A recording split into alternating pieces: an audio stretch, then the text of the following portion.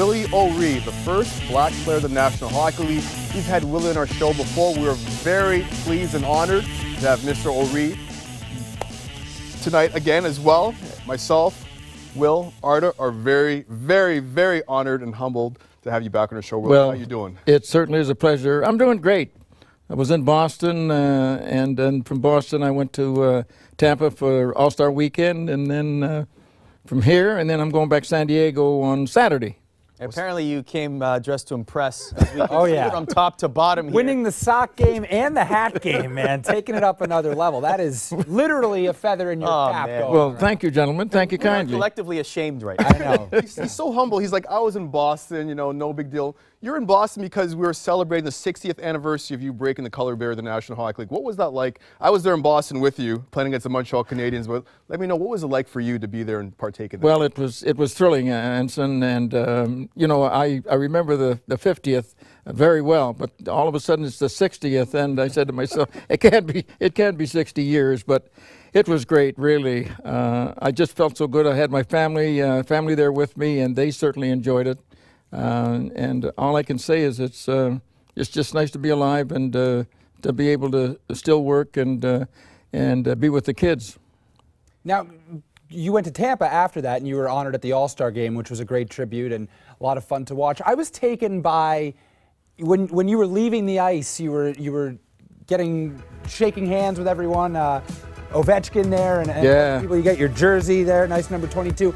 I was curious though, what exactly were all these players who are from a new generation saying to you, and the referees even were saying things to you? What sort of conversations did you have in that moment? Well, they were saying, Willie, it's great, congratulations, you know, you've been doing a wonderful job. And it was just shaking hands with him. I shook hands with Ovechkin before, but he just shook hands, and it was just a sincere shake, you know, I could tell. And he just said, congratulations and good luck. And it's always a nice feeling, you know, to be remembered and to be congratulated. Speaking of being remembered and congratulated, you've won many awards in your lifetime, deservedly so. The one that I hope to see very soon is your inclusion into the Hockey Hall of Fame. Mm-hmm. You're here. I feel like this has to happen, even if it's in the builders category, like Anson has mentioned on this show previously.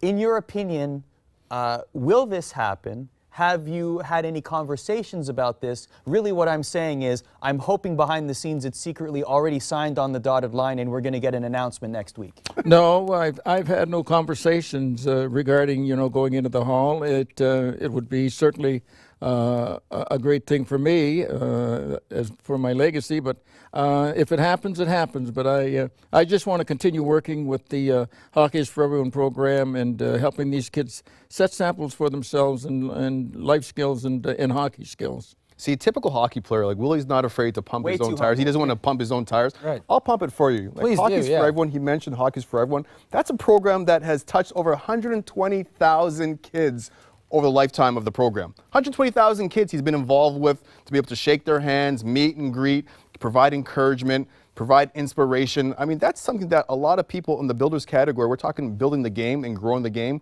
well, that fits Willie to a T as far as I'm concerned. And just, again, you won't pump your own tires, but allow me to jump off what Anson said there. Halls of Fame, by definition, are museums of the sport overall.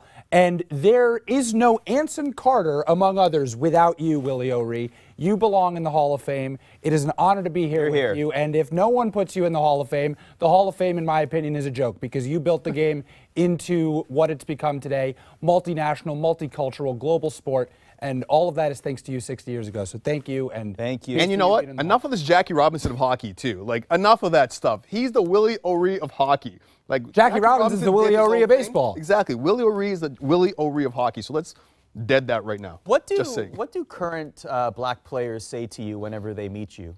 Well, when I met Jerome McGinley, Jerome said, Willie, he says, I can't imagine what you had to go through to make it possible for myself to be in the league and to be able to play in the National Hockey League. And that's nice to hear from these, these not only the black players, but the players of color that are in the league. They know that, I opened a door or broke down a barrier to make it possible for them. We've seen you with the likes of PK Subban, PK, for example. Yeah. Same thing. I've had interviews with PK. He's told me the same thing. It's just nice to hear.